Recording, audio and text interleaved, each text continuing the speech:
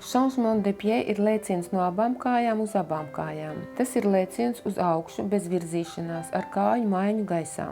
Pirms lēciena izpilda demi-plie 5. pozīcijā. Tam seko atspēriens no abām kājām un lēciens ar nostieptām kājām. Lēciena laikā notiek kāju maiņa 5. pozīcijā. Lēcienu pabeidz uz demi-plie 5. pozīcijā. Kustību izpilda, lai attīstītu lēcienu augstumu un vieglumu. Lēciena laikā ķermeņa centram ir jāatrodas virs pēdām. Svarīgi ir paspēt nostiept pirkstus, pēdus un ceļus. Ja izpilda grand changement de pied, tad lēciens ir tik liels, cik augsti vien iespējams, un kāju maiņa notiek lēciena beigās.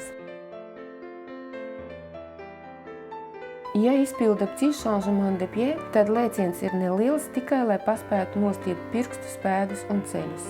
Pēc lēciena svarīgi nekrist, bet piezemēties ar pastieptu muguru.